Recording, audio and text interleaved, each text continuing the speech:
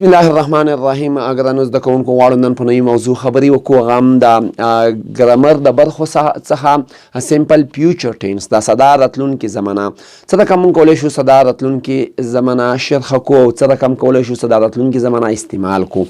ډېرو زده کوونکو مسنجر کې غوښتنه کوله چې سدا راتلونکي زمانه نه وغږېږه، هماغه تشریح ښیم، هغه استعمال وښیه. خو تر ټولو دمخه دا چې زمانه شرحه کړو، تر ټولو دمخه مهرباني وکړئ موږ د یوټیوب چینل سبسکرایب کړئ، غزني آنلاین ټیچ. دا زمانه چې دا د راتلونکي وخت لپاره استعمالیږي، سمپل فیوچر ټینس. دا راتلونکي زمانه راتلونکی وخت په څه معنی؟ یعنې په دې معنی چې اوس د 2 منټه وروسته چې کوم عملونه وکړل کېږي یا کوم عمل ته موږ یا کومې کړنې ته موږ اراده لرو، نو هغې د 2 منټه وروسته چې کوم واقع کېږي پېښېږي، همغې دپاره موږ استعمالوو. یعنې دا چې تر څومره غځېږي هغې سره موږ اړیکه نه لرو. کولی شي 1 کولم وښیي، کولی شي 2 کولم وښیي، کولی شي پیړۍ هم وښیي. هغه بیا موږ قید زمان یعنې زمان قید په استعمال سره، یعنې ټایم ایکسپریشن موږ ته یو دې سره کولی شو څه وکړو، دا استعمال کړو. خو تر ټولو دمخه راځو تعریف ته. تعریف یې موږ ښیو سمپل فیوچر ټینس. سمپل فیوچر ټینس سدا راتلونکي زمانه. It shows an action which will happen in the future. دا زمانه یو عمل ښیي کوم چې با په راتلونکي کې پېښېږي. د دې زمانې د پښتو د معنې سره با ډېر مهم ده. با باید استعمال شي. به با کله چې موږ پښتو معنا کوو، با ته باید ترجیح ورکړو. لکه تعریف کې موږ داسې ویو: It shows an action which will happen in the future. دا زمانه یو داسې عمل ښیي کوم چې با پېښېږي په راتلونکي کې. نو اوس د دې زمانې کومکي فعلونه ښیو. دا څو کومکي فعلونه لري؟ دا زمانه درې کومکي فعلونه لري چې یو ویل ده، بل شال ده او بل بی ګوینګ ده. د ویل شال استعمال په انګلیسي کې بی ګوینګ ټو. د ویل او شال استعمال په انګلیسي کې یو شی ده، فرق نه لري، یو شی استعمالیږي. خو د بی ګوینګ ټو استعمال چې ده دا څرګنده دا مختلف ده. یعنی بی ګوینګ ټو موږ بل ډول استعمالوو، استعمال یې مختلف ده. هغه هم د امفسایز لپاره استعمالیږي، په یو عمل باندې ټینګار کول دي. یعنې هماغه کې یو د عمل سره یو داسې ټینګار موجود وي چې هماغه کړنه پکې څه نه څه د کېدو وړ وي. د دې په خاطر موږ بی ګوینګ ټو استعمالوو. ورپسې پازیټیو سټرکچر ښیو. تر ټولو دمخه مثبت سټرکچر موږ ښیو. څه رقم کولی شو دا زمانه کې به مثبته جمله جوړه کړو. هغه موږ داسې ویو چې پازیټیو حالت کې سبجیکټ د سبجیکټ څخه وروسته باید ویل یا شال استعمال وي، او د څخه وروسته ورب او د ورب څخه وروسته کمپلیمنټ دا باید استعمال شوی وي.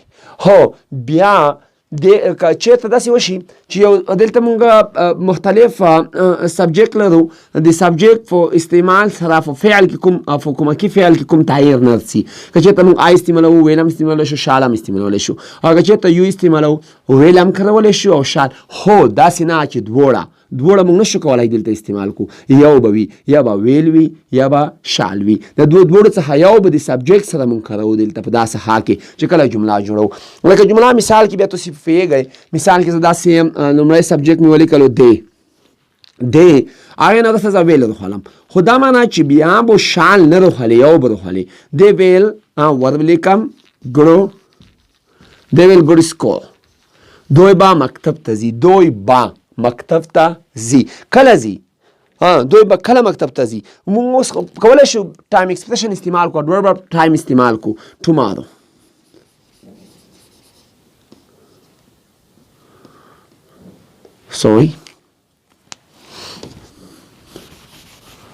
هډور باید ټایم موږ کولی شو استعمال کړو. ټومارو. یا موږ کولی شو نیکسټ ایئر استعمال کړو، نیکسټ ویک استعمال کړو. ټول کولی شو موږ داسې کې د هغه اډورب اف فریکونسي یا اډورب اف ټایم موږ کولی شو دلته استعمال کړو. یعنې کله په کوم وخت کې موږ به مکتب ته ځو، کله به ځو. دلته پرټیکولر ټایم استعمال شو، معلوم وخت ده. لکه دی ویل ګو ټو سکول، دوی با مکتب ته ځي. کله؟ ټومارو، سبو ته به دوی مکتب ته ځي. خو د ضمیر په چینج سره کله چې موږ ضمیر بدلو، نو په هغه وخت کې دلته کومکي فعل کې کوم تغیر نه رسي. کولی شم هی هم استعمال کړم، کولی شم احمد هم استعمال کړم، کولی شم ممتاز، حمید، هر څوک کولی شم په داسې حال کې استعمال کړم. لکه احمد ویل ګو ټو سکول ټومارو، احمد به ځي مکتب ته ټومارو سبا ورځ.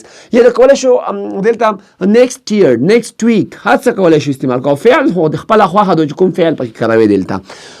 ورپسې د دې نه وروسته چې کله موږ بیا دې نه وروسته چې کله مونږ بیا منفي حالت استعمالو، په منفي حالت کې مونږ داسې ویلي دي چې د همغې زمانې کومکي فعل سره وو، د همغې زمانې کومکي فعل سره به ناټ اضافه کوو. په عموما زمانو کې مونږ دا رقم حالت استعمالو چې د کومکي فعل سره چې ناټ کله استعمال کو نو په همغه وخت کې مونږ ته منفي حالت فلوس کوي. نو اوس دلته مونږ منفي حالت کې یو مثال لیکو. ها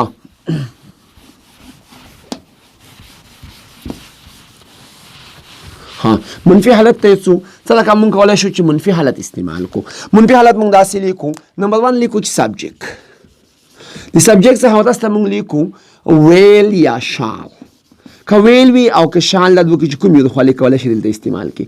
او دې څخه وروسته مونږ ناټ استعمالو، او د دې ناټ څخه وروسته په داسې حال کې مونږ ورب استعمالو، د ورب څخه وروسته مونږ کمپلیمنټ استعمالو. اوس یا ابجیکټ استعمالو.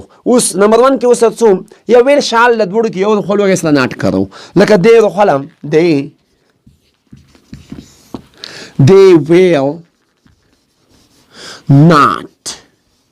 they will not come to school.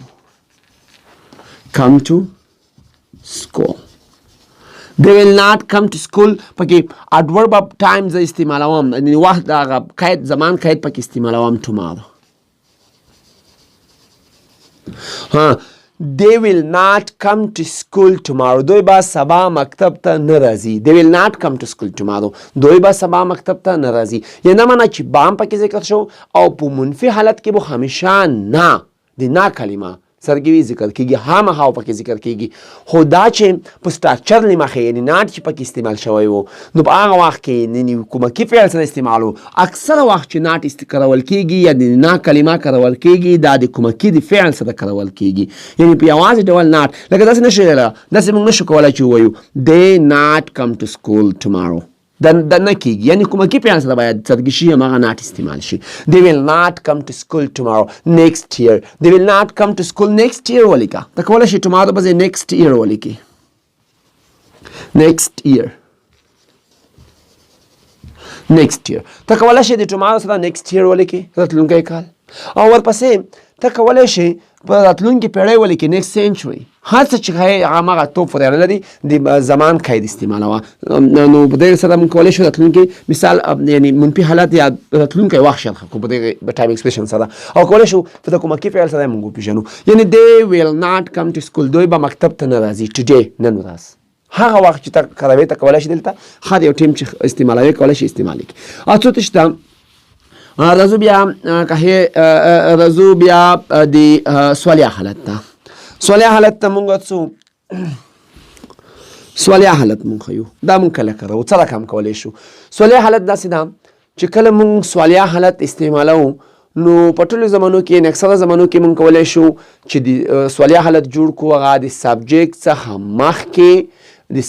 څخه مخکې کومکي فعل استعمال کو. یعنې بیا دا جمله دې ته همدغه خبره بیا دې ته کوم، د سبجیکټ څخه مخکې د همغې زمانې کومکي فعل استعمالو او د فعل څخه وروسته سبجیکټ او کومکي فعل څخه وروسته سبجیکټ او نور همغه حالتونه دي همغه زمانه کې خپله شرحه کېږي. خو سوالیه حالت چې کله مونږ کارو هغه به د سبجیکټ څخه مخکې د همغې زمانې کومکي فعل کارو. نو زه اوس سوالیه حالت جوړوم ویل یا شال. په دا دوه کې به یو دخلو ویل شال مو دخستو، هغې نه وروسته به پلاس سبجیکټ کارو.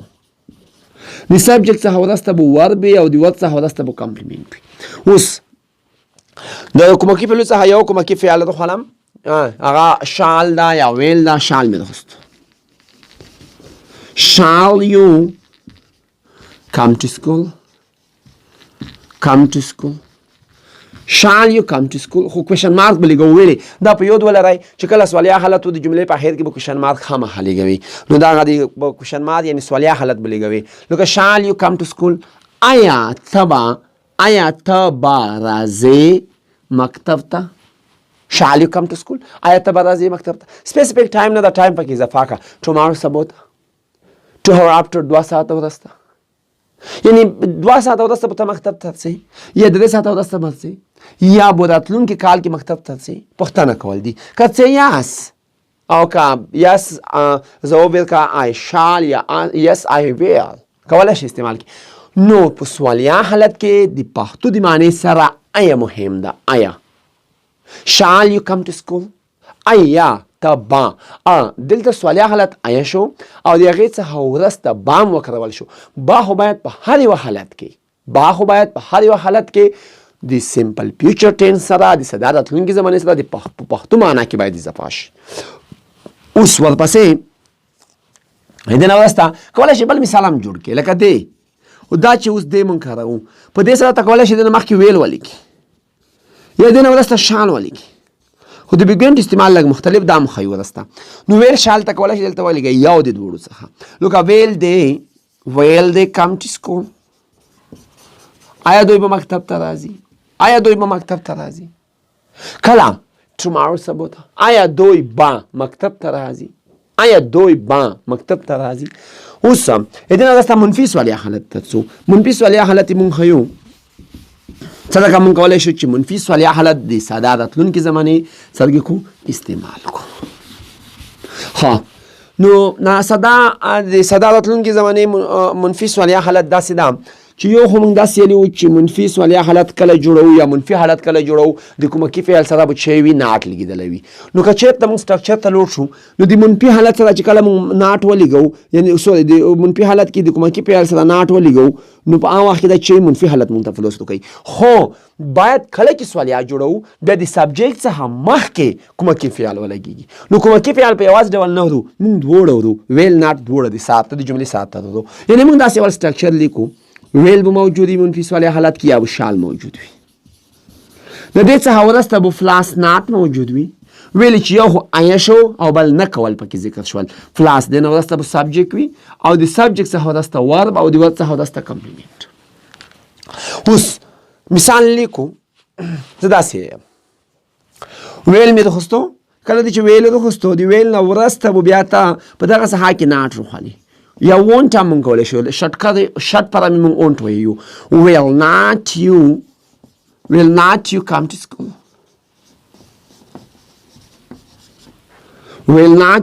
school اوس دا چې د سبجیکټ څخه مخکې کومکې فعل لګېدلی ده نو اوس باید څه وشي کوېشن مارک باید څه وشي هماغه استعمال شي. نو will not you come to school په ویل آیا ته با مکتب ته نه راځې یو خو آیا پکې ذکر شو چې سوالیه حالت شو او بل نه پکې ذکر شو چې منفي حالت شو او بل با پکې ذکر شو چې راتلونکې زمانه شوه. یعنې د درې خبرې په دغه سټرکچر کې ډېرې مهمې شوې. یو دا چې آیا دویم دا چې نه دریم دا چې با نو د با د راتلونکي نه دلالت کوي نه د نه کول نه دلالت کوي آیا د پوښتنې په حیث استعمال شو. نو will not you come to school آیا ته به مکتب ته نه راځې نو دا چې و دا د منفي سوالیه حالت و د شی د سمپل فیوچر ټینس د ساده راتلونکي زمانې. اوس راځو د بیګوینټ استعمال ښیو. د بیګوینټ استعمال په دې زمانه کې مختلف ده ډیفرنٹ کایند اف کې ده یعنی مختلف ډول استعمالېږي. یعنی مختلف ډول په څه معنا مختلف ډول په دې معنا چې د ویل شال سره په استعمال کې فرق شته. ویل شال یو ډول استعمالېږي او بیګوینټ بل ډول استعمالېږي یعنی په دې معنا. اوس موږ ښیو دا چې بیګوینټ دا یو امپیسایز ده یو ټینګار ده خو تشبیه د اکشن د عمل سره دغه امپیسایز دغه ټینګار په عمل باندې ښیي. لکه اوس دلته موږ ښیو زه یوال لیکم بیګوینټ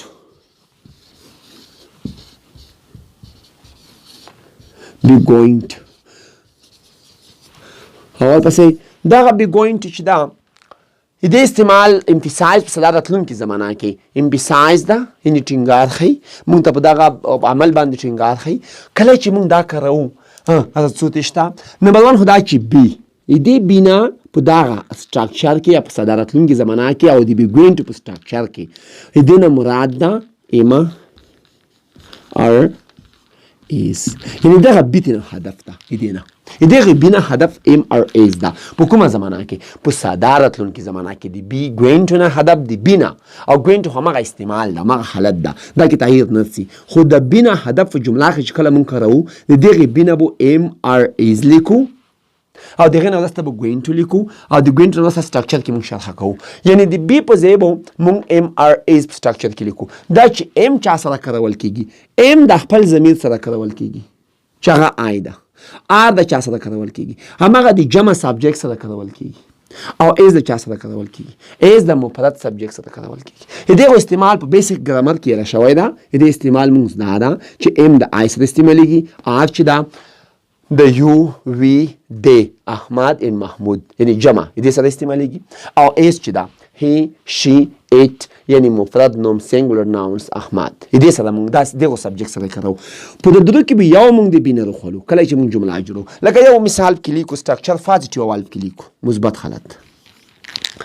کله چې دا بیګوین یعنی صدارتلونکي زمانہ کې موږ کارو مثبت حالت کې موږ داسې کوو چې ټول د محب سبجیکټ وي. The subject څه ورسته به be going to be going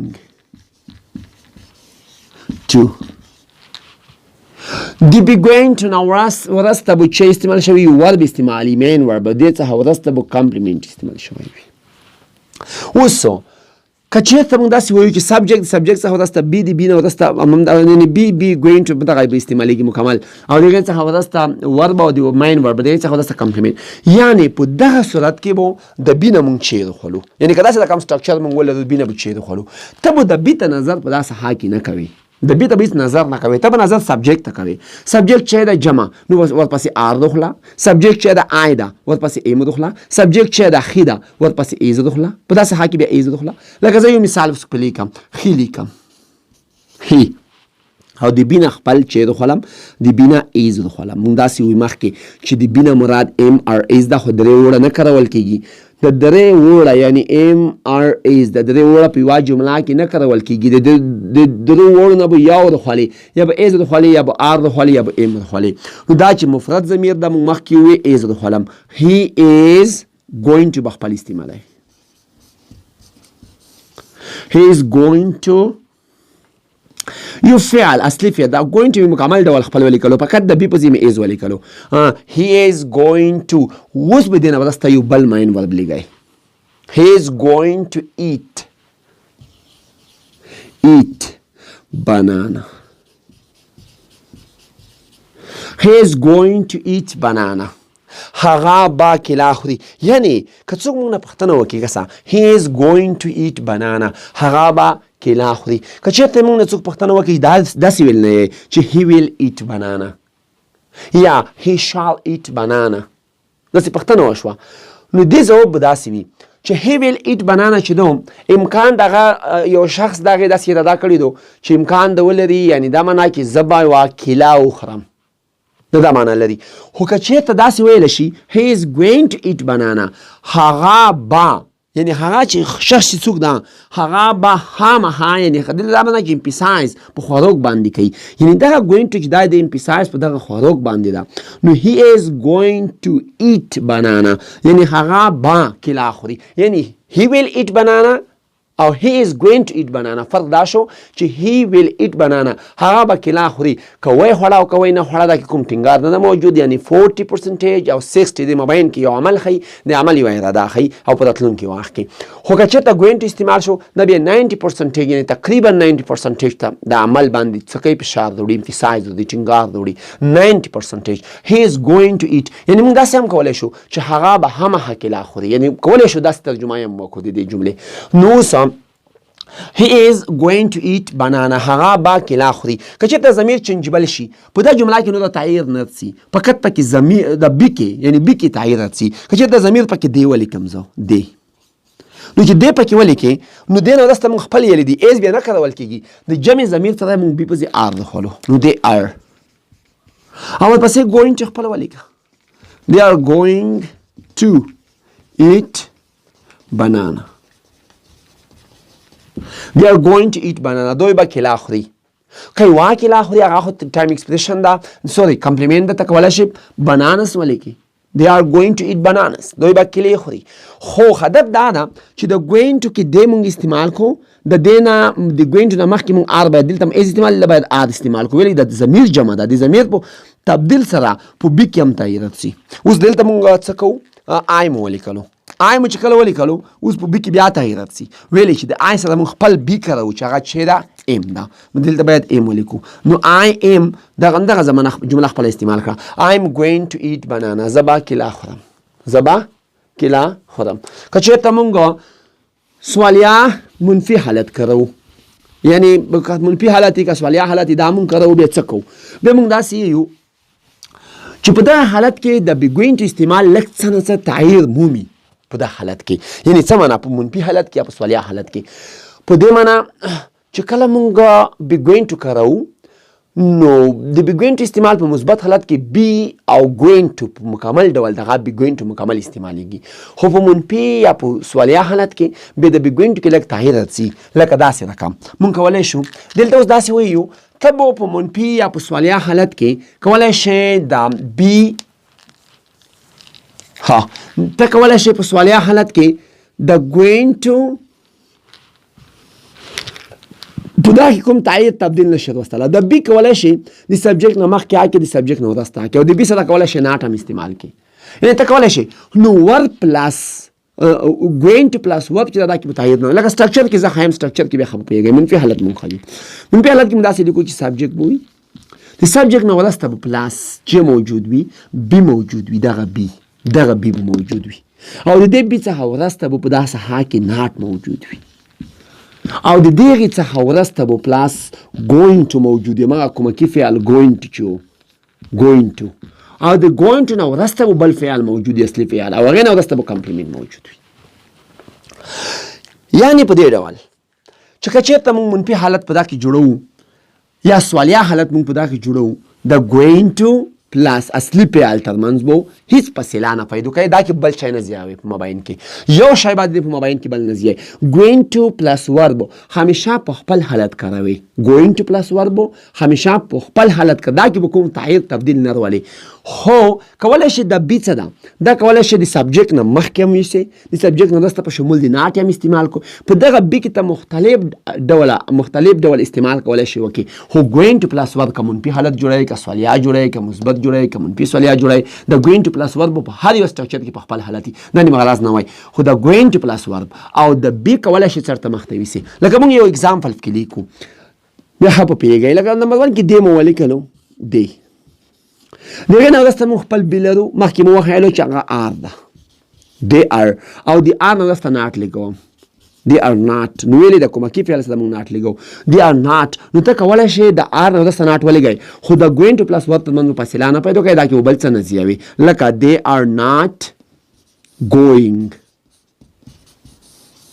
going to eat banana. They are not going to eat banana. دوی با کلا نخوری. They are. ضمیر بدل شو پکې he استعمال شو. ایز دخلا. ضمیر بدل شو پکې I استعمال شو. ایم دخلا. او not بخپل لیکي. او going to plus verb ما حالت دی. یعنی د going to plus verb ترمنځ من کومه داسې فاصله نه پیدا کړي verb او going to بخپل حالت استعمال شوی دی.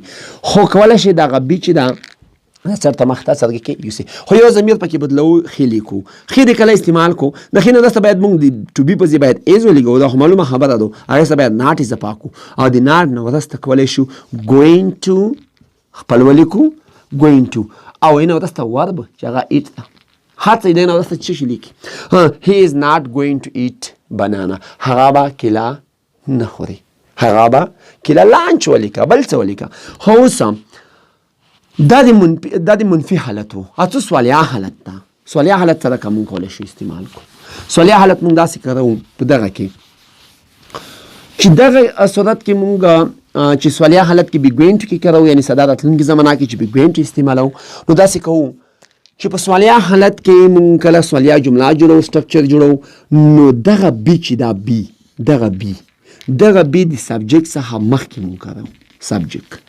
افلاس اغه نه ورسته به موږ څه کوو د سبجیکټ څخه ورسته موږ going کوو going to او د going to نه ورسته بیا موږ څه کوو موږ مخکې یو ته going to plus verb ترمنځ فاصله نه پیدا کوي ورب کوو او د ورب نه ورسته کمپلیمنټ هم ولیکو نو به کې تکوله شي مختلفه سبجیکټ یعنی فاعلونه دخل کوم فاعل چې تلیکي تکوله شي سوري سبجیکټ کوم سبجیکټ دخل غبي سره خلا لکه موږ ار دخستو ار هغه نو سبجیکټ باید جمع ار دې یا وی ار یو ولیکا ار یو going to are you going to come are you going to eat هغه eat کې مثال دی are you going to eat lunch are you going to eat دا چې د سبجیکټ څخه مخکې کومه کې فعل استعمال دا باید سوالیه وکړو are you going to eat lunch آیا ته به غرمنۍ خورې tomorrow سبو ته ته کولی شې استعمال کړي نو دلته دا چې ضمیر جمع ده یعنی یو ضمیر جمع ده نو موږ ځکه are لیږوله ده که چېرته مفرد شي is ولیږوه هماغه استعمال لکه یو مثال کې is هغې نه وروسته he لیکو is he going خپل لیکم is he going to eat lunch is he going to eat lunch آیا هغه به غرمنۍ خوري آیا هغه به نو موږ څه کوو کوېشن مارک باید په داسې حال کې ولیکو آیا هغه به غرمنۍ خوري منفي سوالیه حالت ته څو څه ده که موږ کولی شو منفي سوالیه حالت په دا زمانه کې وکاروو منفي سوالیه حالت چې کله مونږ کاروو منفي سوالیه حالت یې ښیو یعنی منفي به هم وي او سوالیه حالت به هم وي بیا به څه کوو بیا به داسې کوو چې د بې د خولو د سبجیکټ څخه مخکې مونږ څه کوو بي لیږو بي مو ولیږوله په شمول د تشي ناټ هغې څخه وروسته مونږ سبجیکټ لیږو او د سبجیکټ څخه وروسته مونږ څه کوو ګوینګ ټو لیږو او د ګوینګ ټو نه وروسته مونږ ورب لیږو او د ورب څخه وروسته مونږ کمپلیمنټ لیږو اوس یې ښیو اوس مونږ څه کوو بي مو راخوسته که چېرته دلته سبجیکټ جمع و لکه وي دې لیږولو دې دې لیږولو هماغه بي به آر دې سره خولي لکه زه اوس آر راخولم are not subject وخوله یو are not you going to eat lunch are not you going to eat lunch آیا ته به غرمنۍ نه خورې غرمنۍ نه خوري are not you going to eat lunch آیا ته به غرمنۍ نه خوري نو کله چې موږ دا حالت کاروو are not you going to eat lunch آیا ته به غرمنۍ نه خوري نو دلته اوس داسې هدف دا ده سبجیکټ استعمال ده جمع بي مې خواسته ده جمع او د بي سره په شمول د ناټ استعمال شوی ده او د ناټ څخه وروسته going to eat هماغه حالت د eat او going to ترمنځ هېڅ فاصله نه موجوده که منفي حالت ده که سوالیات ده که مثبت ده که هر یو حالت جوړوي going to plus it یعنی ور ترمنځ په فاصله سره کې وي نه پیدا کوي دا به همیشه ضمیر پکې بدلو is مې ولیکلو is not یا isn't he داسې به ضمیر مفرد وي isn't he going به خپل بیا لیکي isn't he going to eat lunch دا چې منفي سوالیه حالت د کوېشن مارک ولیږو isn't he going to eat lunch آیا هغه به غرمنۍ نه خوري tomorrow next year او ورپسې کولی شي راتلونکی وخت ټول پکې څرګې کې وکاروي دا چې و د منفي سوالیه حالت هو یوه خبره په یاد ولرئ که چېرته داسې وشي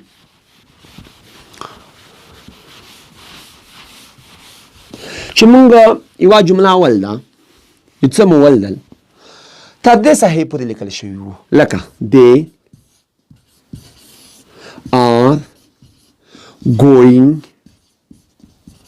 they are going to بس همدغې ساحې پورې لیکل شوي وو جمله نو دا څه نشته دې نه وروسته څه نه دی لیکل شوي مونږ دې ته څه رقم ځواب ورکوو دا کومه زمانه ده څه رقم کولی شو ګورئ دا به بیا چې وي خالي جري وي subject plus be plus verb plus ing دا جري زمانه شوه لکه they are going to دوی روان دي زیب کې ولیکه خوست خو که داسې وشول چې they are going to نه وروسته د going to نه وروسته یو بل فعل هم په داسې حال کې استعمال شو اصلي فعل نو په دې دلالت کوي چې دا ساده راتلونکې زمانه ده یعنی simple future